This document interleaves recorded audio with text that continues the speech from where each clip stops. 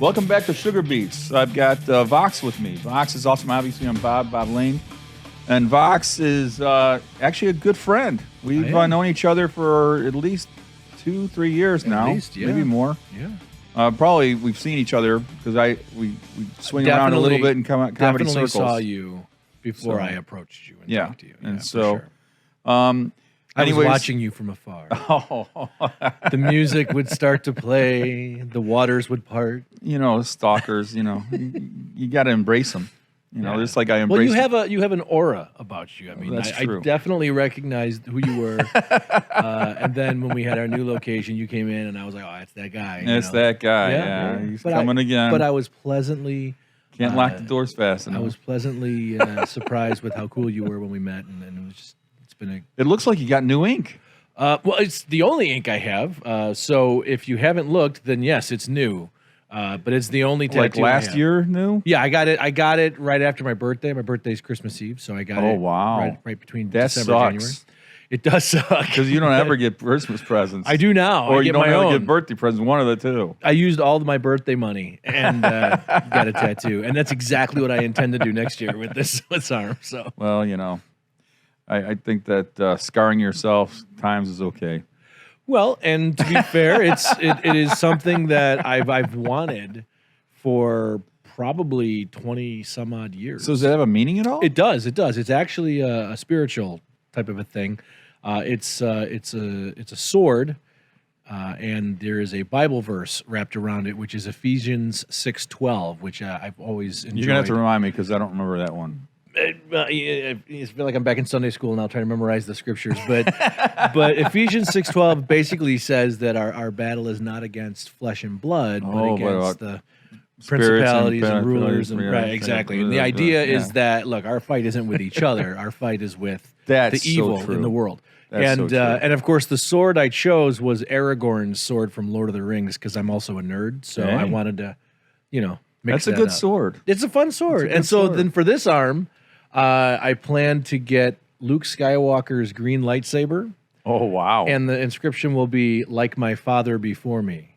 No way. Right? Like, he said. Actually, that's pretty cool. Yeah, he said, I'm a Jedi like my father before me. But I'm just going to have like my father before me. So it'll just be like this weird geek nerd spiritual thing. And these are things that And is it easy to pick up chicks when you got the tats or no? My wife gets weird about that. But okay. I suppose, I don't know. Say, I don't pick up chicks. Come to bed. I don't. Yeah. Hey, honey. Look at my ink. She looks at me and she's like, "You're like almost 45. Why do you have to do that?" Which is a perfect impression of my wife. Well, I knew a guy I worked with at Wall Clipper. It's got to be 25, 30 years ago now. And probably 25 years ago. And he got a divorce. And it was horrible. And so he had those usually arm fun, tats. So. He had whole sleeves of knives stabbing skulls and blood pouring out of things. And I go, and he was like a straight-laced guy up till then. I mean, white shirt, pocket protector kind of guy. Wow. And all of a sudden, he just went sleeves, and he had almost I think he didn't get a face tattoo, but maybe a neck. And I'm like, dude, what happened? He goes, I hate women. And I'm like, it's obvious. Oh, okay. Sure. It's obvious, dude. I mean, it's a sure way. Someone doing that is heart. a surefire way to make sure no one will ever touch you again. So that's pretty good. But no, it was funny to watch. Tattoos. Interestingly enough, I mean, I grew up in an era where a little bit more conservative, obviously, and tattoos were like negative, and for years they were considered a negative. Well, come on. When you were a kid, the only one that had tattoos is kung fu people and sailors. And then you got to the tramp stamp, and then all of a sudden it got popular.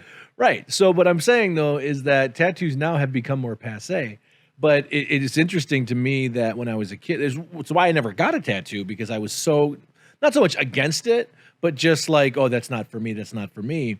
And then for years, I just had this design in mind, and I've always wanted it, and I just wasn't ready. I actually just had this conversation with my teenager because we were talking about permanent choices with our lives, and I just said, I waited. And what facial piercing were they talking about? Right, exactly. Want to get a rod through my tongue, but yeah, I waited 40 some odd years before I finally got the tattoo I've always wanted, and it's because I had to be really sure that's what I wanted. Now, what does a tat cost? I've never gotten one. So I'm going to tell the truth because my wife thinks it cost a lot less than it really did.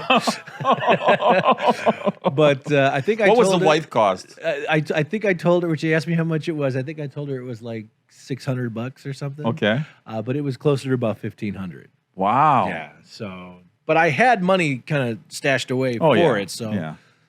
There's a few things you don't want to go cheap on. You don't want to go cheap on condoms, and you don't want to go cheap on ink guys. Yeah, I spent years looking for the right tattoo artist, and then I finally found somebody who did it, and then I was very happy with his work. And cool. Yeah. So you're about to go on tour, dude. I am. Talk to me about this. What's going on? For the second time in my life. So before I got into comedy, I was in a rock band, and we were a nationally touring band, and we toured all over the U.S. What was the name of the band? The band was called The Slipstream. Slipstream. The Slipstream. There's already another Slipstream out of Europe now. So the original we Slipstream. are the Slipstream, yeah. Which you can find on all music platforms, all right. Apple, Spotify. So if I play something with this, you don't mind? You'll give me No, I think I make right like 2 cents if you play it, so that's great. Yeah, I just want to make sure we don't get thrown off the not at all platforms. But yeah, and that was we started that band in 1998, and so we ran from 98 till about 2008, 2010. Wow. Yeah, 12 years. Yeah, That's it was a fun run, and we climbed the mountain and played every dive bar and gin joint to major theaters and major cities, and that's awesome. It was awesome, and it was a neat experience, and I hated being on the road after a while because it was just so boring. The excitement of playing for an hour and a half or 2 hours one night is great. But then, like, the rest of the time is just sitting in the van, sitting in the 4 hours of the adrenaline wearing down, and then awful. And then, of course, there was the drinking and the women and all that stuff. It kind of helped. The drinking women, that's interesting. Yes, women who drank. That's all that happened. That's good to know. And then, but then that ended. That ended for me, and so I started kind of slipping into a slight depression, and which is understandable. I'd spent over a decade with this persona that I created and this character that I created as the front man of the band, and as a foreshadowing to what I'd do later in life. But I didn't realize what I was doing, but I was creating a character and I was playing a part. Right. And once that was stripped away from me, I really had a hard time being at home. Did you wear spandex? Not spandex, but I did wear like leather and vinyl. Oh, okay. We were a hard rock group, so leather's okay. Yeah, leather pants. If you had the spandex stripped from you, I'd be a little worried about that. We weren't quite spandex level. We were more metal rock.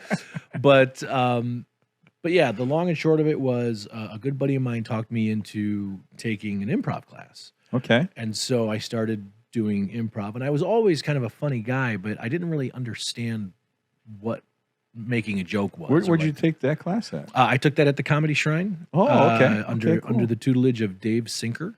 Okay. Who was known as a guy who was with the Second City Tour Company. Right. He came up with a lot of famous comics, and he was an excellent teacher.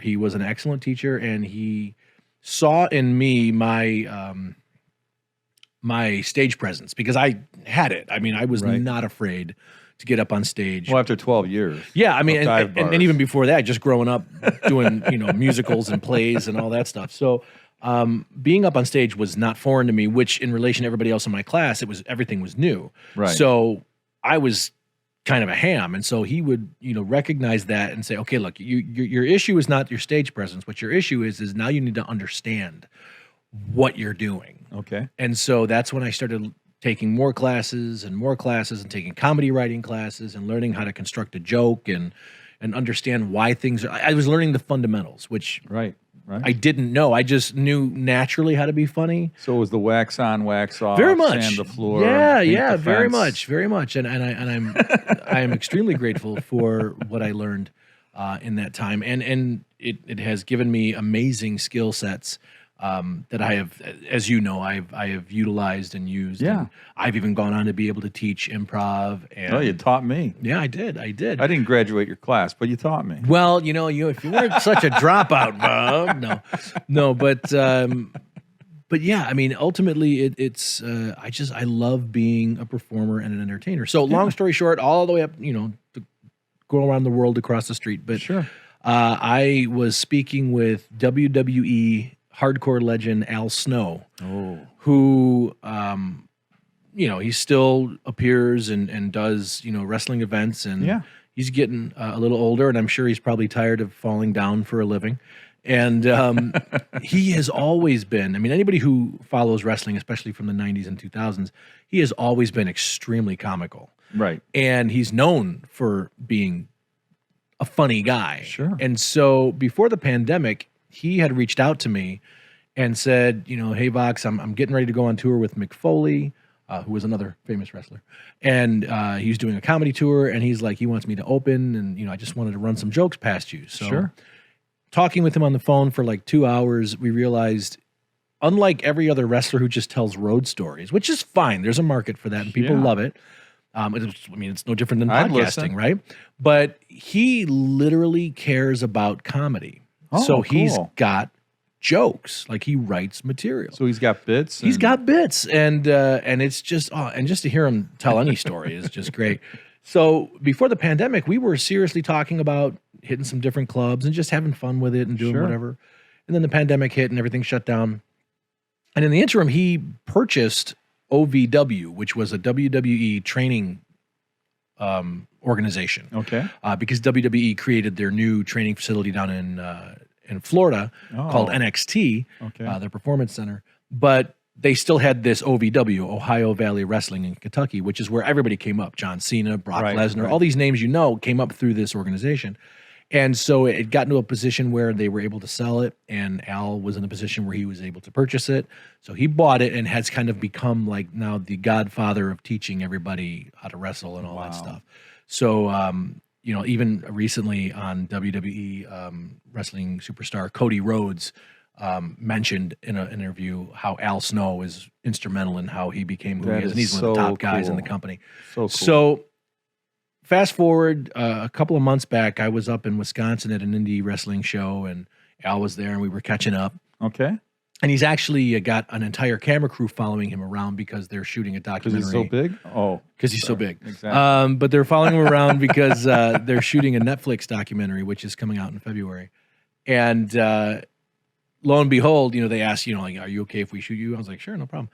They mic'd me up, and we started talking. And as we were talking, you brought up the whole thing about, hey, we never did finish this conversation about doing shows.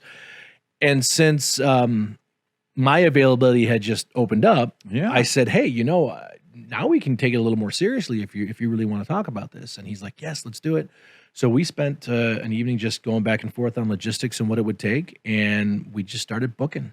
That's great. And now we've got a whole list of cities that we're going to be performing in. And I think the first one's like September 3rd, right? September 3rd. We're going to be in Oregon, Illinois. I got really excited when the club said they were in Oregon. I thought, okay, cool, we're going out west. But no, it's Oregon, Illinois. And I said, I live in this state. This is not a big adventure. But it's at the Maxon's Riverboat and Restaurant, and it's actually a really cool venue. Sure. And so we were discussing, did you want to do the show on the boat, or did we want to do it on the dock side? Because you can get more people at the dock side, so we're going to do it outside. And there's like a cool VIP experience with a meet and greet dinner with Al. That's great. And it's a lot of fun, and the food's really good. And so, we'll be doing that September 3rd, Saturday. And then right after that, we're supposed to be kicking off to Washington, D.C. We've got some more shows in Illinois. We've got some shows coming up in Memphis.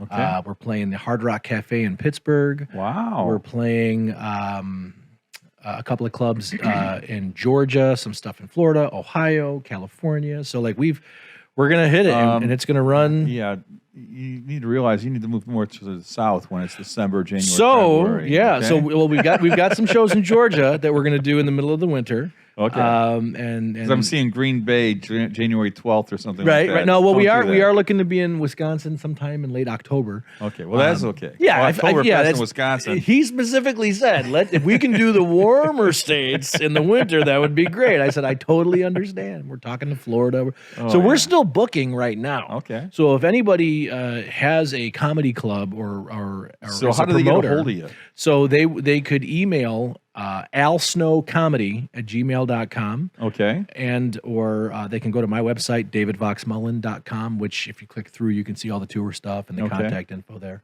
But yeah, or just follow us on social media. I mean, I'm a whore. I'll talk to I'm going to tell anybody. all you people out there, this guy's funny. Obviously, He Al says I'm Snow's funny. rocking. And Yeah.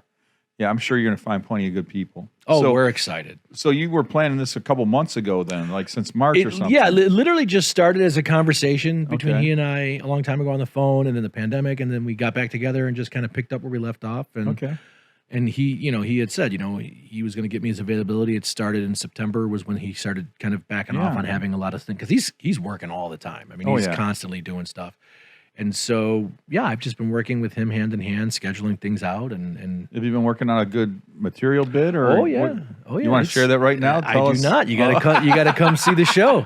You got to spend your money and get your ticket. But it's gonna be a real fun night. It's gonna be a mixture of stand up, a little bit of improv, a little bit of road stories. And a couple of things that no one's ever seen before. Well, I know that when I was taking your class, your main emphasis for your class was you got to protect your partner. Yes. Just like the wrestlers do. Yeah. I'm a huge wrestling freak. And when you used that example, I understood 100%. Where the first hand goes on the neck, the other goes on the elbow. Collar and elbow, yeah. And you're taking care of them. You're not just beating the crap out of them. Well, yeah. I mean, and that's the art form, right? To the layperson, you're watching wrestling on TV or in a live event, you think these guys are, hating each other and sometimes they do. Sometimes they do, but the irony is they put that aside and they go out and work, and their job is quite literally to perform and protect one another. Right. And so that is very much an element that I use when I teach improv. And thank you very much for teaching me that. That absolutely. was really cool, dude. Ironically, I'll be going up to Minnesota the first weekend in November to the Academy School of Professional Wrestling, where I will be teaching an intensive improv workshop for that weekend. Oh, I thought they'd be teaching you how to. I might ask. On the ropes. I might ask for a little, something. Show me how to take a couple of bumps. We'll see. Well, I noticed you've lost a ton of weight. Are you trying to do that so you can handle yourself when you get up there in November? Well, listen, I've been handling myself for far too long, and that's why I needed to lose weight. On a downer, but not too down. But in 2020, everybody was gaining that pandemic weight, right? And so I started gaining it too. And I'd gotten too close to up to 400 pounds. Dude. And went in for my annual physical, which I do every December. And not that anybody cares what month I do it, but I just wanted you to know. And the doctor said, "Hey, we're concerned for you. Yeah, your numbers aren't looking good." And he says, "I think you have diabetes." And I was like, "Oh, well, that explains why I'm peeing like 10,000 times a night and I'm thirsty all the time." And there you go. And the first time I noticed it, I had this this ravenous thirst, like a vampire wants blood. Like I was so thirsty. And can we swear on this show? I don't know. I try not to because my grandkids will see it, but you can swear if you want to. Well, my dumb butt went to, I think I went to like White Castles, and I was so thirsty, I got 2 large orange high C's. Because I was so thirsty, I knew that one wasn't going to cut it. Wow. And the worst thing I could have done was drink 2 large sugar-filled high C. Yeah, that's like 1,000 calories each. So I'm drinking all this. I'm wondering why I'm so thirsty. And I'm calling my doctor, and he's like, "Stop drinking sugar." So I had to speak to another doctor who explained to me how diabetes works and what it is. And turns out I'm type 2 diabetic. Wasn't my whole life until the pandemic. But that forced me to have to change everything. Not just diet, but I had to exercise. I had to do a lot of things to get my blood sugar down. So what kind of exercise do you do when you're like 400? It's got to be tough. So it's funny you should ask. I walk every day. Okay. And back in 2020 when it started, I would go. My friend who's like a massive bodybuilder and should be a wrestler himself, but I always talk to him about stuff, and he's always like trying to give me advice on how to. You know how it is. If you're overweight and you've got those muscle bound guys, oh man, you just got to do a little bit of this and a little bit. It's like, dude, shut up. Less calories, more motion. You can do it. But one day I lost it. And I told him, I said, dude, everybody's got, they think they know what to do. And I'm frustrated. And he says, bro, get off your ass, your butt, and just walk to the end of your driveway. Because in my mind, I'm like, I just can't walk. I can't, Right. He's like, just walk to the end of your driveway, turn around and come back in and you're done for the day. I was like, okay. And he's like, then the next day, walk to your neighbor's driveway, turn around and come back and you're done for the day. Wow.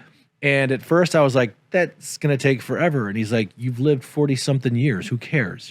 Right. I was like, all right. So I literally did that. I walked to my end of my driveway, came back. The next day, the neighbor's driveway, came back. The next day, the end of the block, and came back. And then, at this point, I can walk 5-10 miles and I'm fine. And That's amazing. Yeah, but every single day. Well, not only that, but if you weigh 400 pounds and you're walking a mile, that's like a bodybuilder stamina. Yeah. Because that's a whole lot of extra weight to I am carry. officially under 300 pounds today. All right. And, way to go, man. Thank you. Not by much, but I'm there. It's like 2 98ers up there. But I'll take it. Yeah. That's awesome. But yeah, so that's what I've done. And part of me is very happy because I can see the results now. And I was never trying to lose weight. It was just get the blood sugar down. Right. Because if I don't, I'm going to lose toes and fingers and eyes and feet and all that. And I don't need that. So it was all about just the blood sugar. But in removing sugar from my daily food intake and cutting back on the carbohydrates, the blood sugar came down, and also so did a bunch of my weight. So, well, let me ask you this then. This is really cool, and I don't want to go too long on this because it's kind of weird, but I've lost weight too. Okay. And when you start to lose weight, you feel a little better. Yes. Physically. For sure. But you're also fighting this emotional thing. Yeah. All of a sudden, caused you to get anger there in the first or place? Rage or these emotions that have, whatever it is, start all of a sudden coming in waves. It's like, I thought I was done with this because I was pacifying it with whatever, and now I'm not pacifying it, and it's still there. Do you have any of that kind of struggle, or not really? Sure. I mean, anybody who is as overweight as I was, and still somewhat overweight, and other people, it's not so much the food as it is the emotional trigger that makes you do it, right? Yeah. And there's definitely something to be said for identifying what that is. Okay. I hypocritically, I don't have like a therapist to talk to, but I probably should.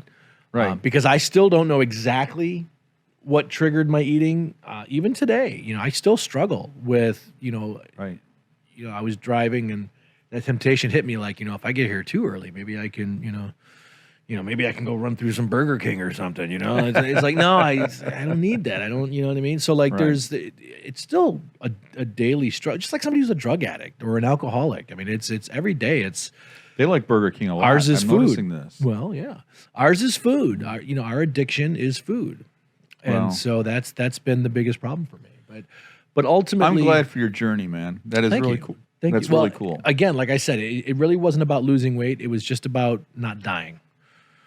Okay. Honestly, I wasn't like weighing on the scale. You got a problem with dying? I'm not a big fan. Not a big fan of it. I hear it's great. You got to try it at least once. Right? You got to try it at least once. Please no. I got close once. I don't want to do. But yeah, so it was just about getting the blood sugar figured out and the diabetes figured out. But the weight coming off was just a byproduct, and it was okay. I think if I was worrying about my weight, it would be a much harder struggle. But it was more about just focusing on this activity. Sure. Getting this walk in every day, doing that. And that is phenomenal. And the weight I'm so glad came for off. you. Yeah. It took a long time. Don't let anybody So is your fool wife you. happy that you're a little less hefty? Oh, yeah. I mean, in general. Does she treat you different? I think. I mean, well, some women resent it and some embrace it. I don't think That's what she I'm asking. resents it. I think she resents the fact that we're on 2 different eating plans. And sometimes that gets problematic. Especially if you weigh less than her eventually. Well, that's another problem. Well, I think the issue is more along the lines of she's on a different eating plan where she can have more sugar and carbohydrates, whereas I just physically can't because my body reacts so poorly to it. Yeah. But, she does make a majority of the meals every night. So it becomes this thing where she gets sick and tired of making all protein, heavy loaded things that I can eat where then she can't enjoy anything. Right. And then there's nights where she makes things that she can eat, and I'm just like, well, I'll watch you eat it, you know. Sure. But it boils down to, you know, discipline. You know, it's right there. It's like last night you got to we had discipline your wife once in a while. There's no doubt about that. Well, last night we had meatloaf, which I could eat the meatloaf, and potatoes and corn. And I was like, well, I took like a quarter cup of the potatoes, and I couldn't touch the corn because it's just sugar. Right. So it was hard, but you know, I got through it, and it was like, okay, whatever, it's gone. It's whatever. And your kids are okay with it? With my eating, or yeah, with you losing weight? Oh gosh, yeah. I mean, my oldest and my youngest are both very happy, and good. I think ultimately they're just happy that I'm healthier. Yeah, and I'm definitely healthier. I was just saying the other day, I feel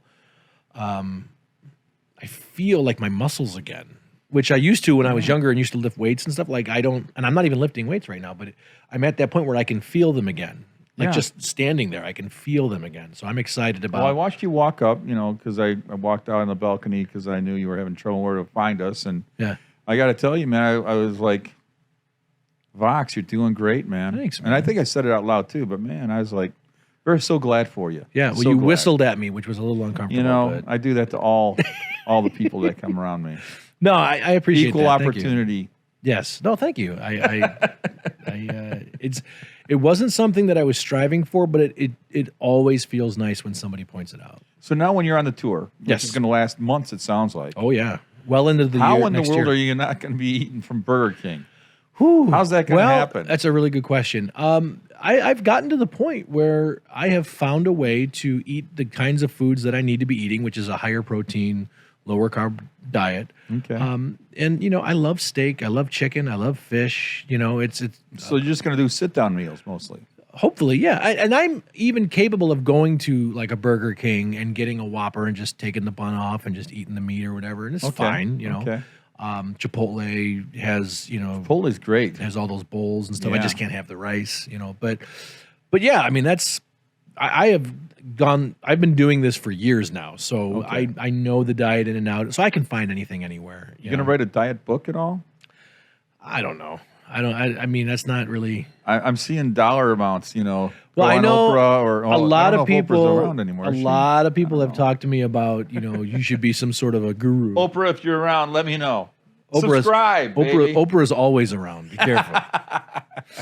But yeah, I don't know. Sometimes more than less. Right? I think ultimately I'm still trying to take care of me first. If I get to a point where I've lost all the weight that I need to lose and I can hopefully reverse the type 2 diabetes or at least get it in manageable. Do you take injections at all?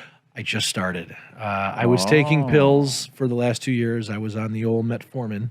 Okay. And it was working great. And then after prolonged use, they stopped working without getting into gross details. But my body was no longer absorbing them or holding on to them, if that makes any sense. So I do. And so understand. Realizing that and my blood sugar numbers were elevating again, I called my doctor and said, hey, we got a problem. And he says, okay, it's time for the thing you've been regretting. And I said, all right, because I kept telling him no, I didn't want to go that route because nobody wants that. Right. But yeah, so now I'm on the old Ozempic. Well, type 2 is curable, though. They claim it's reversible. Okay. I've never met anyone who has actually reversed but you're still in a heavy plateau. Yeah, I got to keep going down. I think if you got to where you're probably 20% body fat or so. Well, and what is reversible? Does it mean I can eat sugar again? Well, or is it just management and control? Because right now I have controlled diabetes. Yeah, there's some kind of gland or organ or something in there in your body that does something. Who knows? I'll believe it when I see it. I've never met anybody who is official. I'm not. Look, it may be possible. Maybe possible. Some voodoo person sticking a needle in you. I don't know how that is. I don't know. But yeah, so yeah, this week I started my first injection, which is. That's a mind job right there. Yeah. You see the needle and you got to put that inside. It's like, but I did it. And don't share the needles. No, I've heard that's bad. They're single use. Because you could get monkeypox or something with it. Not sure what it is. I don't think I'll be getting monkeypox anytime soon. Okay. Not sure. I've been hoping, because then I'd be sharing the Ferris Bueller day off disease, which he had a great time with monkeypox. Yeah. That day rocked. That was a good day. We are completely dating ourselves at this point. Anybody under 30 has no idea what we're talking about. Ferris Bueller's Day Off is on every year on HBO. Is it? It is every year. It's a great movie. It's a great movie. Filmed in Chicago. Yeah, go Cubs go. So. Oh, okay. I'm a socks man myself. That's okay. I like socks. So your wife is gonna go with you some of the time? On some of the gigs that some venues are flying us out, and some venues we have to drive to, which is fine. It's the part I hate, but I wasn't married last time I did this, so right. It'll be interesting. So you'll actually enjoy it more. Yeah, hopefully. And so, as anybody who has a hours long car ride with their wife or husband or whatever, but yeah, she'll join me on some of the events. Okay. Some of them yes, some of them no. I think she's also very much looking forward to the downtime. Yes. Like she's already looking at TV shows, going, "Oh, I could watch that when you're gone. I could watch that when you're gone." I was like, "Okay, I could remodel this room." Oh, that might happen. I don't know. So, you've been doing jokes at stand up at all? You've been staying in practice because I know that it's kind of tough right now. It's hard to practice the material that I've written for this type of show because this type of show is for pro wrestling audiences. Okay. I think I've got some brilliant material. You have to use the pro wrestling voice. Oh yeah, I'm telling you now. Let me tell you something, brother. Snap into a Slim Jim. That's totally stereotypical of all and it's true. I think we are discriminating against wrestlers right now. And it's true. It's damn true. But no, but it's just a lot of jokes, and I've run it past a few people and like they don't get it. It's like, well, yeah, because you're not a wrestling fan, but I'd run it past wrestling people and they eat it up. So I can't just easily go to an open mic and do all this wrestling material. I mean, I could do some. Sure. But if you don't have a wrestling crowd, they're going to be like, what are you talking about? In the South, you have to say wrestling instead of wrestling? Wrestling? Yeah. Because I've heard that before down in Georgia and Florida.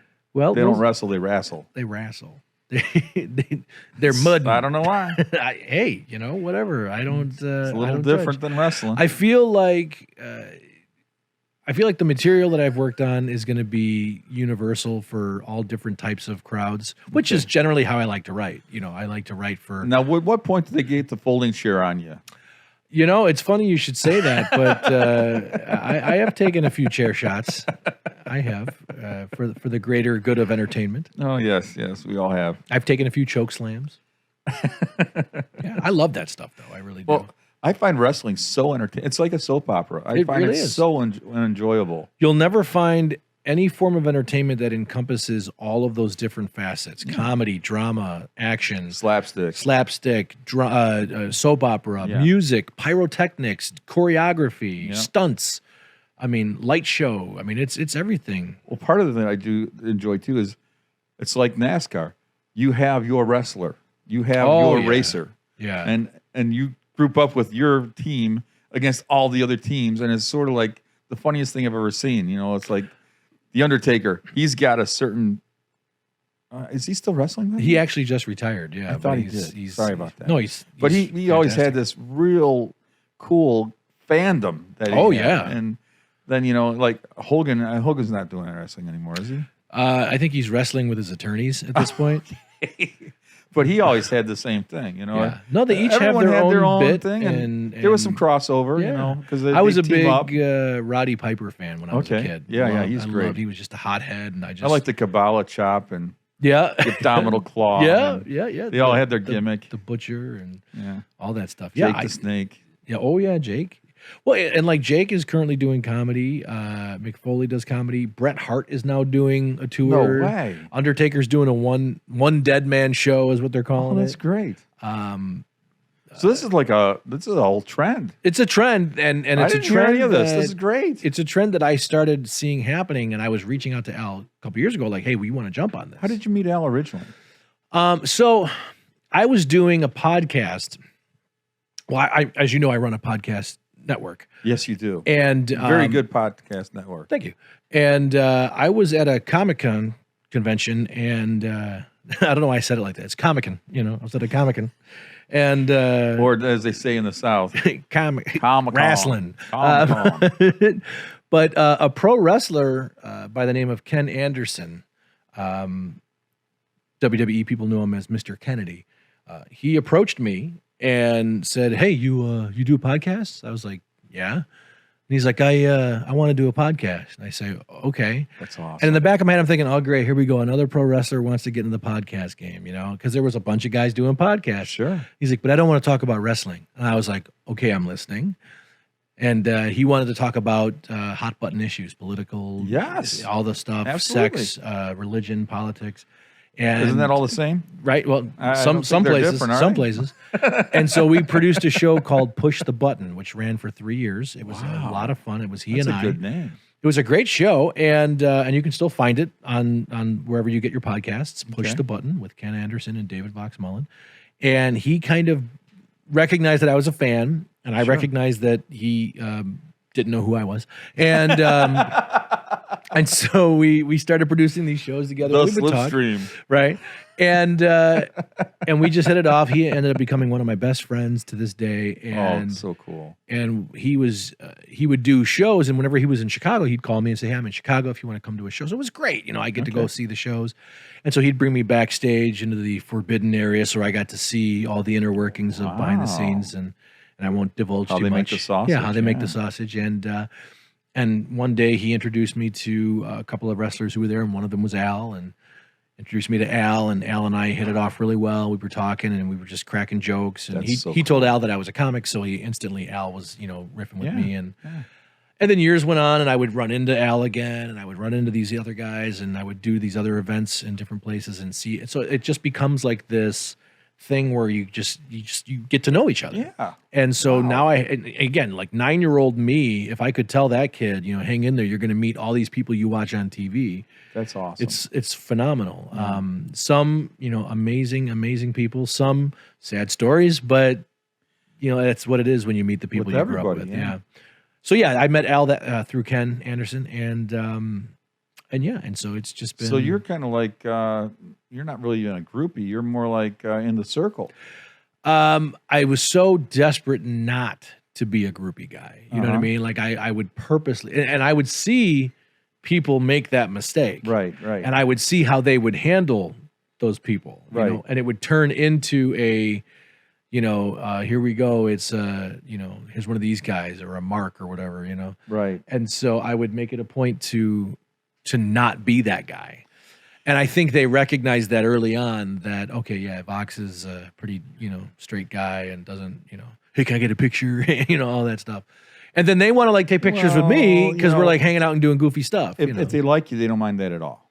They really don't. I think to a point it gets... If you're tasteless or they don't like you, so it's a real tough sell. There's a time and place. Yes. Right? So you go to a meet and greet or all that stuff. That's so different. When they're in the shower and you say, when we're... I got a waterproof pen here. Come on.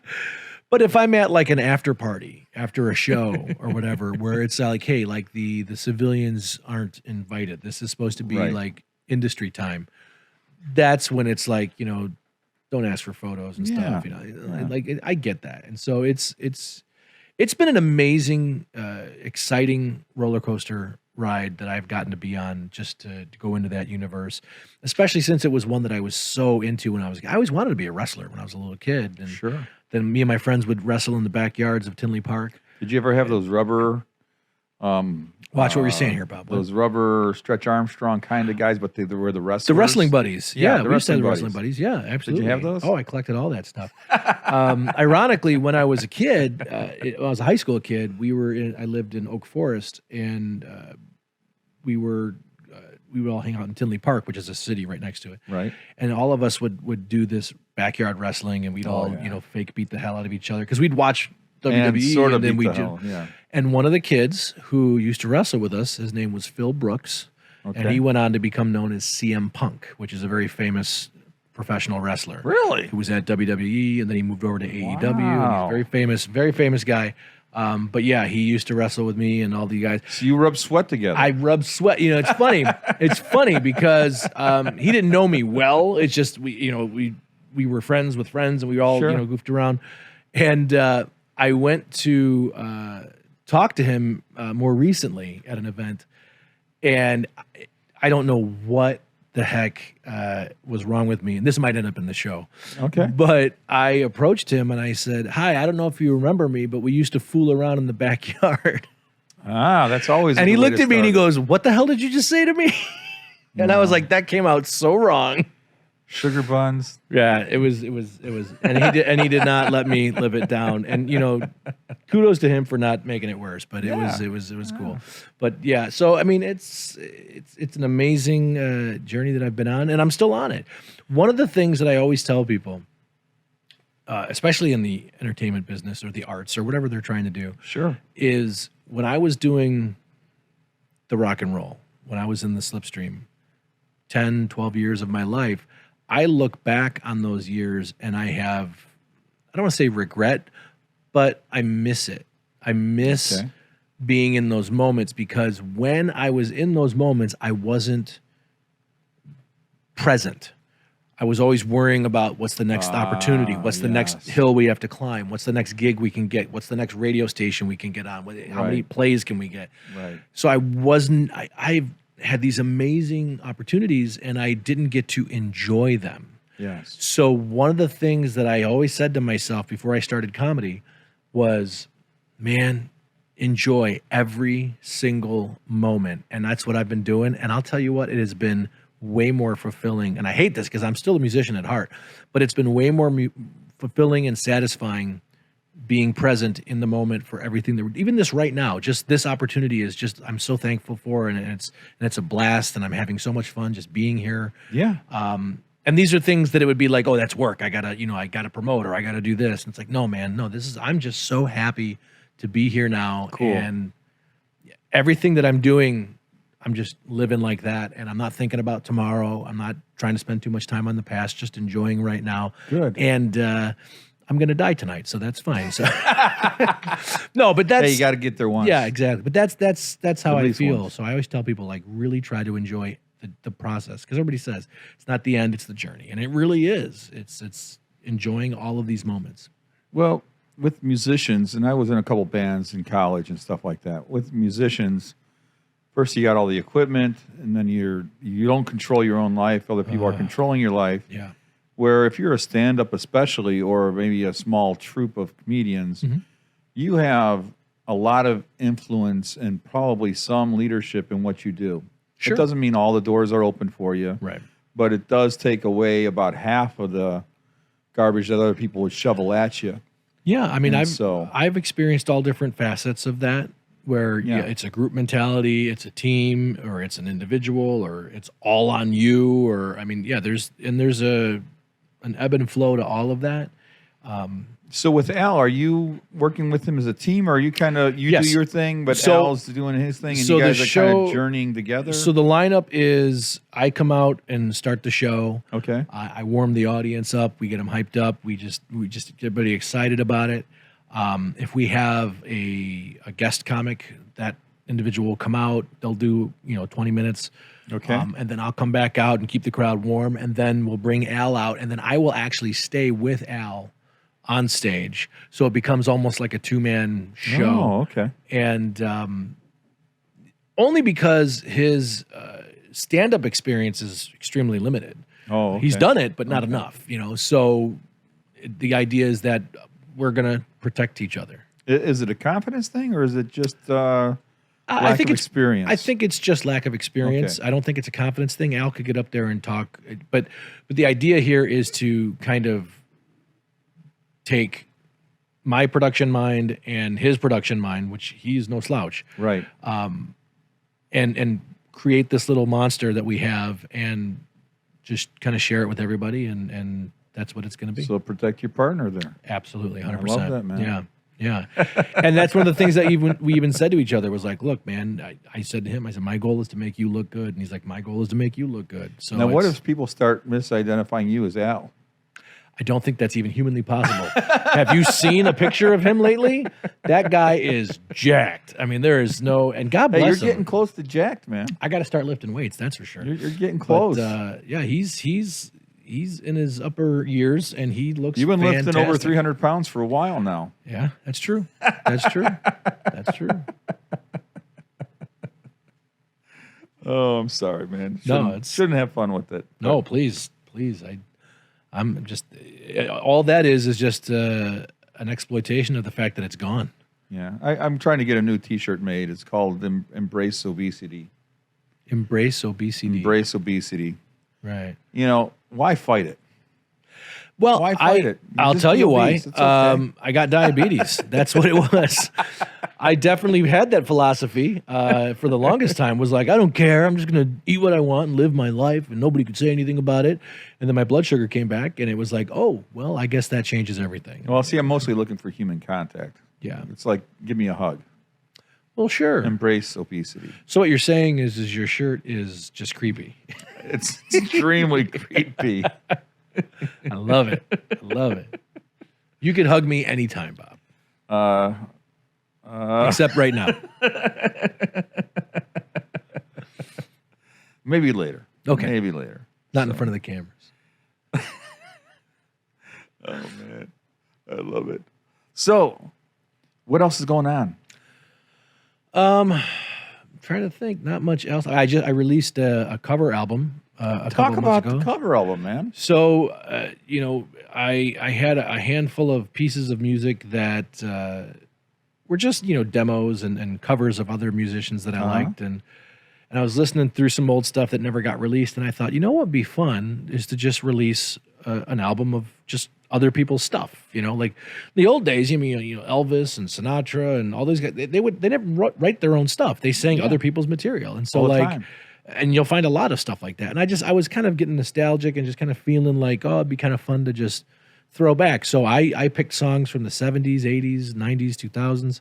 And I just put together a little project. And the album was called Undiscovered. Okay. And the C has like copyright around it. So it's not mine. And Did you throw any originals on there at all? No, I didn't want to. I didn't want to. There's legal reasons why you can't do that. I could. You can't have an original song? No, on an album that's licensed as covers, there's certain rights. Oh, okay. So like if I had added my own song to it, it would have changed the overall product. Wow. And so, not that I couldn't do it, but it would have been very costly. And it's like, let's just do the covers. Okay. And I also released an original song a couple of months earlier. Okay. Called "Those Days Are Gone." Yeah, which I heard it. It's fantastic. I thank love you. it. Yeah, and that was kind of a throwback to the band days. I actually really like that song. Thank you. It's really cool. That was one that I wrote and produced. But yeah, the music, the covers, I did, Hotel California. I did Phil Collins. I heard that. Oh, one. Take Me Home, Phil Collins. Oh, I love Phil Collins, and we even shot a music video for that. So that was fun. Sesame Street, of course. Yes. Well, you got to go with the classics. It was either that or Mr. Rogers. So tell me how to get to Sesame Street. Yeah. Sunny days, sweeping those clouds away. I always was more of a zoom, zoom, zoom out, zoom kind of guy. Wow, that's really a dating Wayback yourself. Machine, baby. You're really dating yourself now. Zoom, zoom, zoom. Little electric company action. Oh yeah. Yeah. I'm not that young. I was born in '77, so I grew up right at the height of it. Yeah, you're a young pup, man. Thank you. That means a lot. I don't feel it some days, but no, I grew up in that. I think I grew up in the best generation because we were there before all the technology, and then it expanded all throughout my life. We were talking about video games the other day. I was like, I was there for Pong and Atari, and Nintendo, and I've watched the evolution. Yeah, I was a little kid, but my entire life was the evolution of gaming. Okay. And it was, and now I play Lawn Mowing Simulator on my PlayStation 5. Lawn Mowing Simulator. And it's exactly what it sounds funny. like. It's exactly what it sounds like. You have to trim the bushes and everything. All of it. You got a trimmer. You got that's so funny. It's I feel weird playing somehow. Because my lawn looks like crap. About it. But I got to try Power Washer Simulator next, so we'll see how that goes. Oh, Lord, that's where we've come. That's so good. That's where we have come as a society. We used to be first-person shooters and side-scrollers, and now I'm just mowing lawns. What's the newest one? Push the stroller. Push the stroller. I'm waiting for Pay Your Taxes Simulator. That'll be the next one. Oh man, that would be unbearable. Right. You can fake it and put the wrong information in, and they take you to jail. Oh yeah. There's 87,000 new IRS agents. So they didn't have enough before. That's right. You just don't have enough government people. I never understood.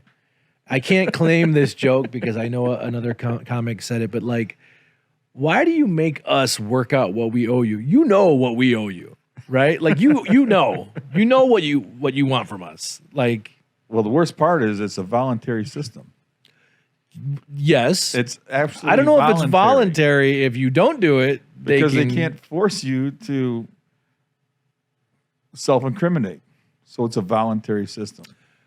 If you incriminate, well, you're giving them information about yourself that you might be prosecuted for.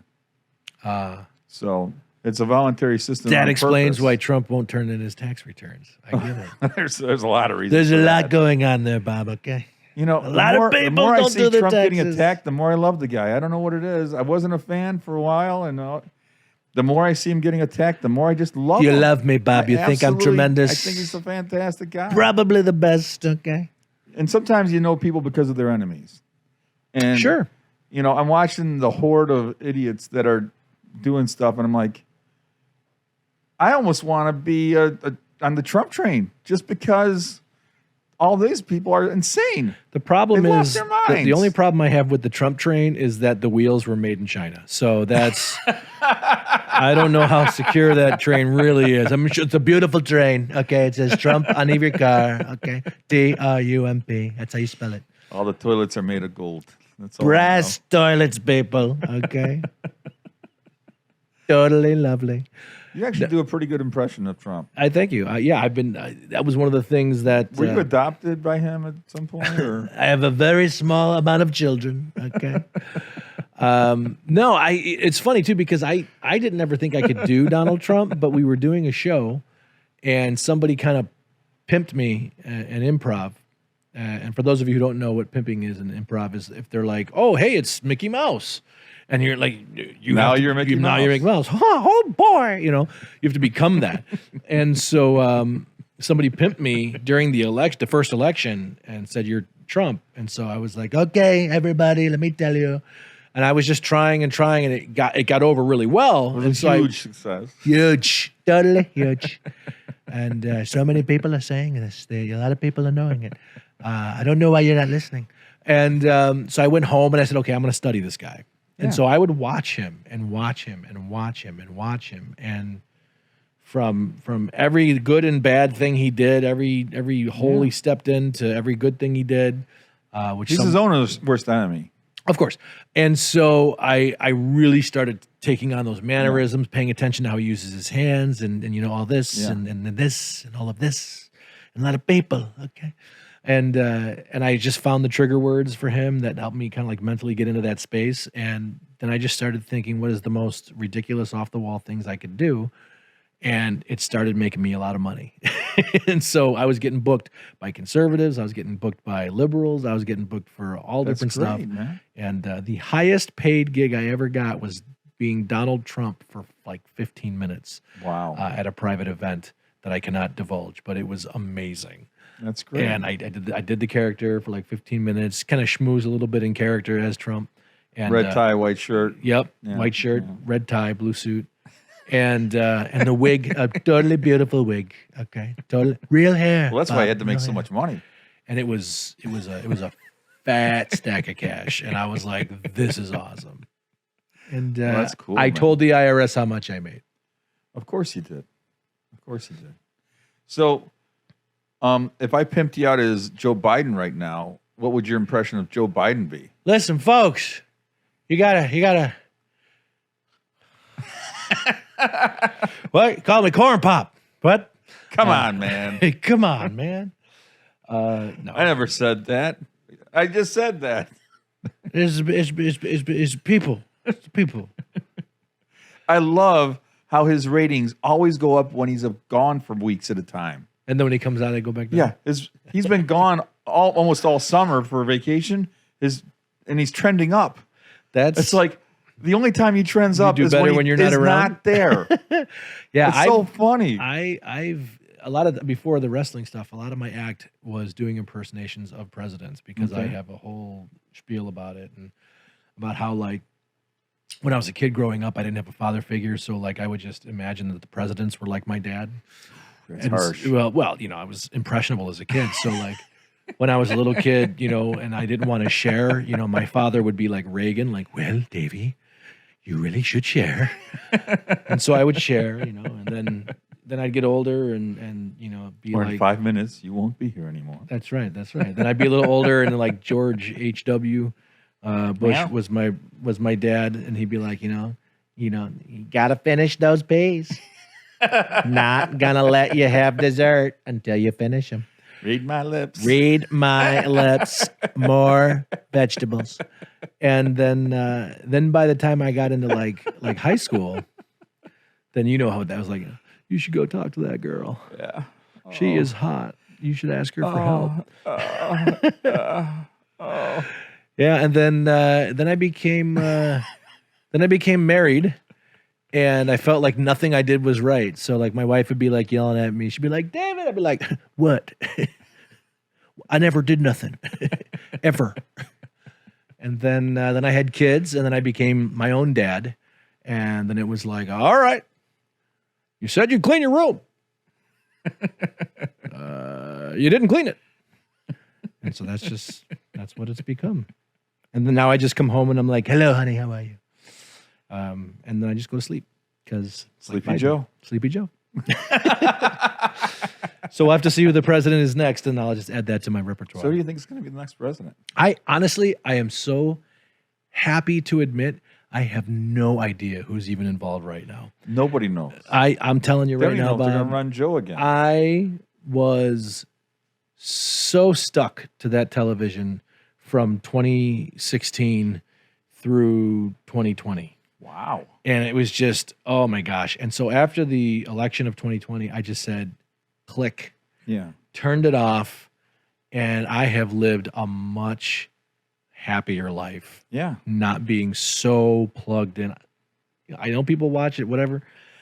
Fox News, CNN, MSNBC, PBS. So now that you got like an extra 30 hours a week or 40 hours oh a my week, gosh, my lawn gets mowed. What do you do with it? I play lawn mowing simulator. But yeah, I unplugged from all of it, and it's, oh my gosh. So yeah, people are like, so what do you think about? I just heard this, Trump and DeSantis. I'm like, who? Right. Like I don't even know. I don't even care. Right. It's so refreshing to just not care. I mean, granted, doing what I do, I have to kind of like, all right, I got to pay attention to some stuff. You know when I hear the killer? You know I do Screaming at the Windshield. Yes, I love that show, Screaming at the Windshield. Thanks. But I want to do, I'm petitioning right now or sending out questionnaires to all the political people saying, what's your 5 priorities? And they're like, stop calling me at this No number. one's responded. Not one politician has responded. That. I just want to know give me 5 priorities. I say, what's your 5 priorities? I don't care what it is. Whatever it is, I will be reading it as if it's straight from your mouth. And then if you could only do one thing if elected, what would that one thing be? And I've gotten zero responses so far after 3.5 weeks. Did you throw a 50 in there when you sent them off? I think I need to go in person. That might do that. Just put a $100 little Benjamin in the envelope. I bet you they'll answer you. No, I don't know if Benjamin's That's the only way they know how to respond. I don't think Benjamin's going to move any of those guys. No, probably not. So, but so we'll see if that works out because I really do like politics a lot. Yeah, I know you do. And I've got my own bend. I'm much more conservative than most conservatives. You're very bent. Much more lefty than most lefties.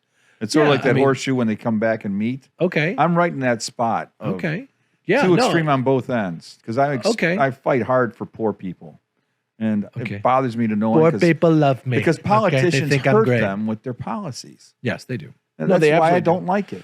Being a diabetic, I am learning the hard way the disparagement of politics and the medicines. I mean, the medicines is astronomical. I have excellent insurance, and it's still not enough to cover what I need as a diabetic. It's unreal. And I got Blue Cross, the preferred gold plan, whatever they call it.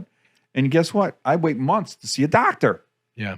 Months. How does that happen? Well, that doesn't help your This is in Canada, and this definitely is in Cuba. I was going to say, that doesn't help your standardized healthcare argument. I always said, if you already have an insurance and you're still waiting. Because I'm extreme on both sides, I'm like, government completely get out of healthcare or completely cover everybody because this half and half is not working. I agree.